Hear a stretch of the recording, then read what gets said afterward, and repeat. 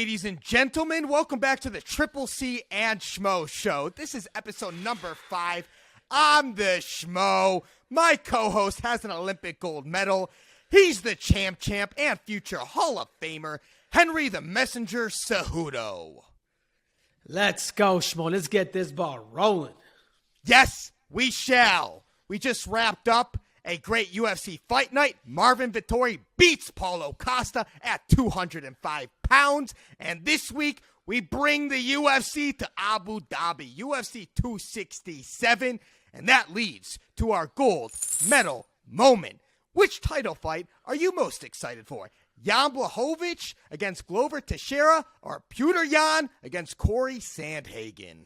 Well, you know I'm going to have to go to Murderer's Row and go with none other than the bantamweights, Peter the Ugly Potato Yan and Cory Sandhagen. I mean, these are two guys that are extremely technical. They are both dangerous on their feet. And I do believe, Schmo, that this fight with Petr Yan versus Cory is a lot better than Petr Yan versus TJ. The only reason why is because you're going to nullify the wrestling, the stuff that TJ is going to bring, and it's going to end up right here on its feet. I believe Cory Sandhagen has a blitz, and I believe he's a lot more dangerous than TJ is. And considering Petr Yan's striking and his ability to maybe even surprise him with some takedowns, it's going to be an interesting fight. But for that reason, I'm going to have to go with none other than the bantamweights, Petr Yan and Cory Sandhagen. Oh, how predictable. Of course you were going to choose the bantamweights. The Schmo will say this. It is the deepest division right now in the UFC. And you answered the Schmo's question we were going to pose to you. You would rather see Cory Sandhagen than TJ Dillashaw against Petr Yan in this championship fight? Or I guess it's an interim championship fight. Yeah, of course. And I think TJ's probably going to get the next, or TJ might have to get another fight before he fights for the belt again, because he just went through surgery. You know, you have Aljamain Sterling coming back, and I believe that's the next fight that's going to be made. It's not going to change, so it might be a minute. So we might see TJ Dillashaw versus maybe the winner of Frank Yeager, Pedro Munoz, possibly. I'm not sure how it's going to end up, but he's going to have to get one more fight, and then he's going to fight Petr. So we're looking at maybe even a year away from these two guys finally meeting up. Well, what about this? Because Aljamain Sterling's obviously been recovering from surgery. TJ Dillashaw recovering from surgery. Why don't we have that title fight of Aljamain Sterling, TJ Dillashaw, and then the winner unifies against the winner of Sandhagen, Petr Yan? How about that, Triple C? Yeah, but that's not the way it works, Schmo. I would like it. I would love a tournament format. I think that would be the absolute best. Just have everybody go out there and just kill each other. Sort of what Bellator is doing, what they did with the featherweight division with Patricia Pitbull and AJ McKee. I think that's brilliant. Well, the Schmo likes that. But for the reasons that you just said, you know, these two guys are great strikers. We're going to see a great standing battle with Petr Yan and Cory Sandhagen. We're going to get a complete mixed martial arts fight with Glover Teixeira versus Jan Blachowicz. Both these guys are up there in age. Jan Blachowicz is what, 37, 38? Glover Teixeira, 5-fight winning streak. He's earned every single inch in the octagon to get to this point, man. And he's 41 years young. What he did against Anthony Lionheart-Smith in Jacksonville, what he survived in that first round, came back to win the fight. Glover Teixeira, man, he showed the cardio. He showed the durability. We'd love to see this, man. We'd love to see these old champions at the older ages. We saw this with Randy Couture in the heavyweight division, man. The Schmo's most excited for this fight. Plus, we're going to get a complete mixed martial arts fight. We're going to see a great striking match. We'll see a great ground game, great grappling, complete fight, 205-pound division. The Schmo's excited. And one more thing. Yuri Prochazka, who the Schmo thinks is going to be the future champ in this division. He's going to be an alternate. He's there in Fight Island. He's going to be weighing in. And it's exciting, Schmo, because Glover Teixeira, he is that dark horse. He is that sleeping giant. I think he has a style. He has the mix. His stand-up is okay, but he also knows that his ability is with the wrestling takedowns and then the submissions up top. So I believe if Blachowicz sleeps on him, he's gonna be having a little NyQuil himself that night. And I love the fact that Yuri's going to be there. He's going to be the substitute fighter in case anything happens, because this guy, we don't know that much about him. He's not really engaging that much on social media. But I tell you what, Schmo, This man could fight from flying knees to elbows to real unpredictable. He's like the Pernell Whitaker of MMA, just extremely awkward and weird, but he gets the job done and he knows how to win. It's extremely exciting at the light heavyweight division. Ever since John Jones has left, there's been new blood, and it's exciting to see if he'll ever come back to that division again. Yuri Prochazka, such an exciting fighter. He's like a modern-day samurai. The guy goes out into the woods. He's hitting trees. He's meditating. We love that. We also want to say this regarding the champ Jan Blachowicz. Can't sleep on this guy, man. That Polish power. It's no joke. And his stock definitely elevated by beating Israel Adesanya. I know Adesanya moved up a weight class, but his loss took away a little level of that invincibility. And plus, you got to love his story, too. He wears this necklace from a dead man he found hanging in a tree on a rope. He took a piece of that rope and he wears it around his good luck. The Schmo touched it, too, after his most recent victory against Izzy. Man, that's a great story in itself. A good luck charm. The guy's great personality. We love the fight for that reason. Not just that reason, but it adds to it. Jesus, that's kind of hard, man. But, I mean, whatever allows it, whatever makes him – I just got the chills, honestly, when you just said that. But whatever makes him succeed, it's all good with Triple C. Hey, it's not like a Logan Paul thing where he filmed a dead guy in the woods. No, there's no filming of it. He just took it. It's an omen, a good luck charm, whatever you want to call it. And with that said, let's move on to this week's silver medal moment. Let's talk about an OG in the sport. Your favorite fighter's favorite fighter. Nate Diaz, man. It's no secret now that he's got one fight left on his UFC contract. Last week, he tweeted out an image of Tony Ferguson. This past weekend, the Schmo's at the UFC Apex for the fight night. Dana White addresses this man in his post-fight press conference, shutting down the potential fight of Tony Ferguson and Nate Diaz. So with that said, who do you want Nate Diaz to fight next for this last fight in the contract, and what do you see for his future? This is the thing, Schmoes. You cannot always take Dana White's word. I say Nate Diaz continues to step on Tony Ferguson's toes, because you're right.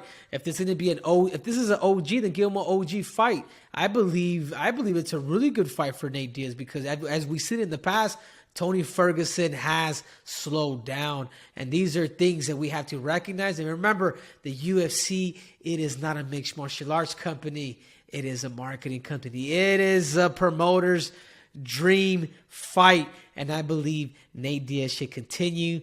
I love that fight with Tony Ferguson. Dana White, please say yes. Well, the Schmo loves that fight with Tony Ferguson, but let's give some other scenarios out of the way. Obviously, Nate Diaz likes to fight fighters that he has mad respect for. That's why he's calling out Vicente Luque. It seems like that's going on deaf ears, and that's not going to be the fight. Nate Diaz went up to the Schmo at the Tyson Fury Wilder 3 fight, and he told the Schmo he loves Dan Hooker. And because he told the Schmo he loves Dan Hooker, we can see him wanting to fight a Dan Hooker, especially if he's able to beat Islam Makhachev this week at UFC 267. He's got all the stock there. Now let's bring up another name, Conor McGregor. Everybody wants to see the trilogy. No one knows where he's at in the recovery. If you're going to bring up Conor McGregor's name, though, the Schmo would rather see Conor McGregor fight Tony Ferguson before he fought Nate Diaz in the trilogy, because we don't want to lose out on a fight with Tony Ferguson and Conor McGregor. That fight has been in the making for years, and the Nate Diaz, Conor McGregor trilogy will always be there. So, listen, I don't think it really matters as much for the name for who Nate Diaz fights, as long as we can see him fight before the end of the year. And why does the Schmo say that? Here's why.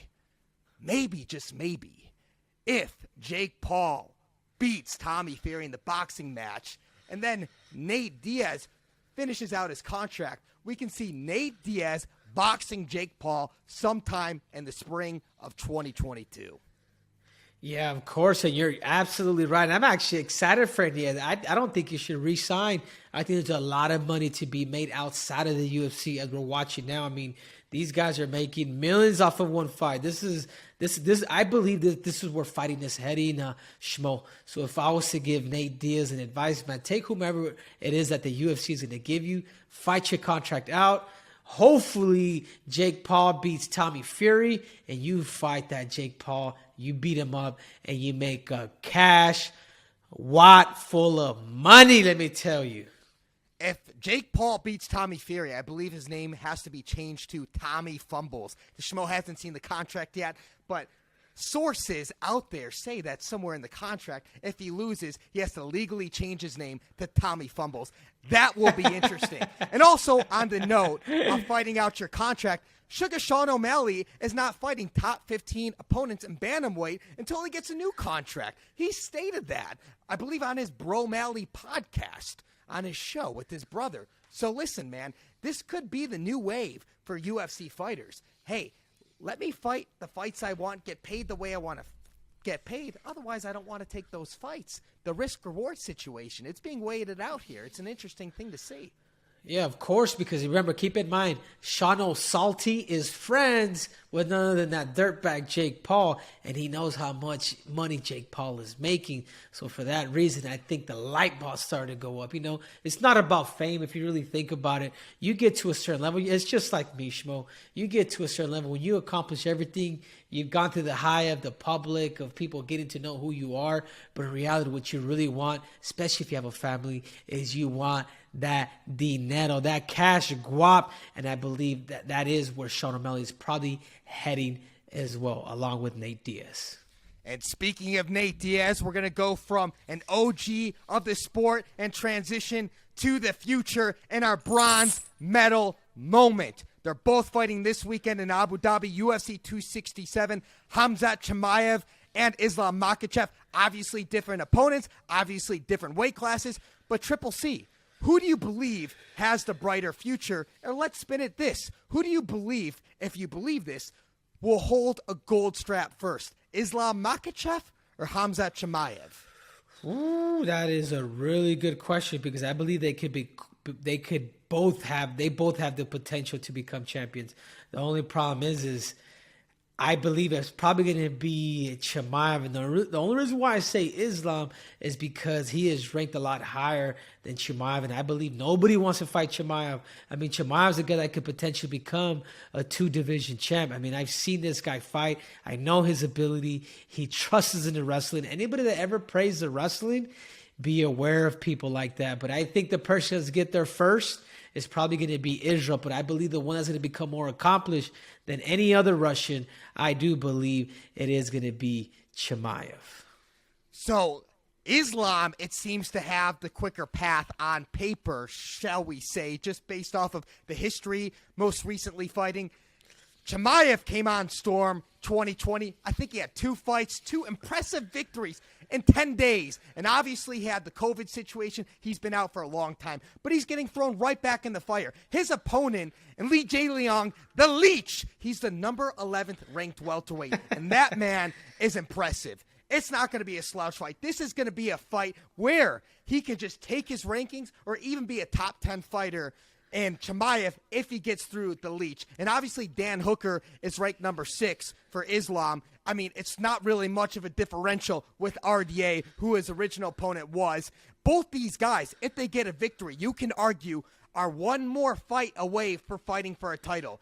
It's neck and neck for both these men. I just think the pathway is more clear for Islam to get there than it is for Chimaev, just because of what you said earlier, too. It seems like it was harder, at least when he was active, to get people to sign on the dotted line. It's harder to get these welterweights to fight than these lightweights for some reason. The Schmo notices that. Yeah, of course, dude. But like I said, man, Chimaev is so dangerous. I believe he has a style to beat anybody in 2 divisions. You know, obviously, I'm not even sure. I'm not even that how sure it is that the Nigerian never wants to be in the sport for that long. I mean, that dude has done circles around the whole block. I think it's time for him to go up. Or, I mean, he has the ability to say goodbye to the sport, you know. But his toughest matchup for both of them is going to be Chimaev. And Chimaev is extremely dangerous. I believe Chimaev has a style because of the wrestling to even go up a weight class and beat an Israel Adesanya. And I just believe Islam Makhachev, he's just another version of Khabib. If he cannot stop the wrestling, if he cannot stop that freight train, you are in trouble. We've seen it. Doesn't matter how good of a striker you are. Doesn't matter how good your submissions are. When you get a wrestler that can just pressure you and grind you out, which is a whole nother art, you are in trouble. But I'm about to say that they're both pending world champs that are in the making. And Islam does have his loss. He was knocked out in the first round in his second UFC fight. So that level of invincibility is not there. And the chin's been touched. We've seen it before. Just want to say that. But of course you were also going to go with Chimaev because he's someone who's teased at retirement and come back. Sound familiar, Triple C? Somewhat familiar? Yeah, I think so. Okay, just wanted to say that. And with that said, now it's time to get into some predictions. Let's look through the lens of the glasses for this fight card for UFC 267. And let's start with the card that's on the prelims that the Schmo's very excited for. Amanda Hebas against Verna Denzinoba. The Schmo definitely botched that last name. We got to try to say that last name again. Jandiroba. She's fighting against Amanda Hebas. Who do you like and why? I'm just gonna have to go with Amanda Hebas. I've seen them both fight, and as you see, Amanda Hebas has fought a Mackenzie Dern, and she has beaten Mackenzie Dern. So she's beat people in the highest levels of jiu-jitsu. So for that reason, I'm going to have to go with Amanda Hebas. And that's interesting because the two losses and Verna's record is against Carla Esparza, who's the first champion in the strawweight division. Obviously, she's got the wrestling background. And Mackenzie Dern, who you can make an argument's got the strongest BJJ in that division. Amanda Hebas, she's coming off a pretty big, substantial loss against a girl who's extremely impressive against Marina Rodriguez, who we just saw beat Mackenzie Dern. And had Amanda Hebas win against that fight, she'd have all the thunder. We'd be talking about her in title contention. So let's see how Amanda Hebas rebounds. And the Schmo thinks with all the time she's had off since that fight in Fight Island and everything of that nature, it's time for her to get back on track. And we do like Amanda Hebas winning that fight. Who do you like on the main card? We're going to the light heavyweight division. Makhachev against Volkan Ozdemir. Yeah, I'm going to have to go another than the guy that comes from the good school, and that is Ankalev. I mean, this guy has one loss. I mean, he's 15-1 for crying out loud, Schmo. And I believe Volkov has just been in too many wars. For that reason, I'm going Ankalev. The Schmo's going to agree with you, man. 6-fight winning streak. He beat Ion Cutelaba twice. Those were entertaining. And the Schmo's just going to say this. We can see Ankalev fighting for a gold strap within the next year and a half. He's that damn good. The Schmoes wants to say that. Now let's go on. We kind of touched on it. Let's talk about the Leech against Khamzat Chimaev. Obviously, you already told the Schmo you're picking Chimaev, are you? I am, dude. You can't. I mean, the wrestling's too much. I can see this being a bloody bath, and if the Chinese fighter doesn't get his wrestling up par, I mean, it's just too much. I mean, you're gonna see a ground and pound mess. And for that reason, I'm going Chimaev. The Leech is well-rounded. He's got that nickname for a reason. But the Schmo's going to agree with you on this. We don't want to agree with you on everything. But Chimaev, man, it seems like all the cards are going right to his way. He's got all the right time. The guy trains with killers. He is a killer from what we've seen. The Schmo believes it's his time. Now let's go on. Let's look at this card. Let's move on to Alexander Volkov against Marcin Tybura in the heavyweight division. The Schmo's going to predict first, just so we see what you have to say. We're going to go with Marcin Tybura. I know MMA math is different. Alexander Volkov and Marcin Tybura, they have fought Greg Hardy. We're not going to say this. What Marcin Tybura did to Greg Hardy, a lot more impressive than what Volkov did, because Greg Hardy, his most impressive fight, you can argue, was going the distance in Moscow against Volkov. Volkov's been through some wars. Heavy kicker, man. But, man, the Polish hammer in Tabora, man, those heavy fists are going to be too much. He's going to close the distance. We got Tabora winning that fight. I'm going to have to agree with you. I think Tybura he has nastier power, and I do believe, man, with all due respect to Volkov, he's been knocked out, and he's been knocked out in a very vicious way. When you get knocked out like that, you do tend to change as a fighter. So for that reason, I'm going to have to agree with you and go Tybura. Now we're going to give you some rapid fire. Dan Hooker, Islam Makhachev, New Zealand wrestling against Dagestan's wrestling. Oh, are you serious, Schmo? Are you serious? You cannot. Dagestan has the best wrestler in the world, as much as I hate to admit it. The U.S. is number 2 to that little part of the damn world, which is the size of maybe not even the size of Cuba. But these guys are just amazing. It's a cultural thing, and he's gonna put the wrestling on, and it's gonna be a long night for Dan Hooker. So for that reason, I'm going Islam. Would you feel any different if Dan Hooker had a full training camp? No, not really. I believe if you sign up for a fight, it doesn't matter. If you had 2 weeks, 2 days, 2 hours, if you sign up, you better sign up to win, and your mindset better be in there. Remember, some of the times that I've competed the best, Schmo, is when I've actually fought like crap. So again, he's going to have to step it up, and he's going to have to make a decision on how is it that he wants to win this fight. And then, obviously, you mentioned that Petr Yan was going to beat Cory Sandhagen. How is he going to beat him, you think? I think through pressure. And I believe there's one thing that Petr Yan does do well, and his relentless pressure. I mean, he's throwing knees, elbows. He can defend takedowns, but I believe he's going to make that fight dirty because TJ Shaw showed the recipe on how to beat Cory Sandhagen. I used to think Cory Sandhagen could be my toughest matchup until I saw what the pressure could do. Kudos to TJ. He did a great job against that fight. But for that reason, I'm going Petr, the ugly potato Yan.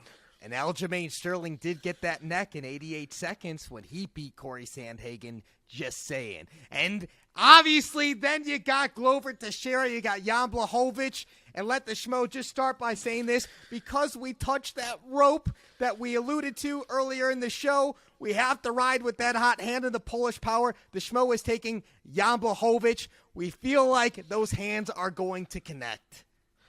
And you might be right, but if they don't connect, I believe the further this fight goes on, it's only going to gear towards none other than Glover Teixeira. His grappling, his wrestling, his submission game is second to none. Don't sleep on him either. We love Glover Teixeira. We won't be surprised.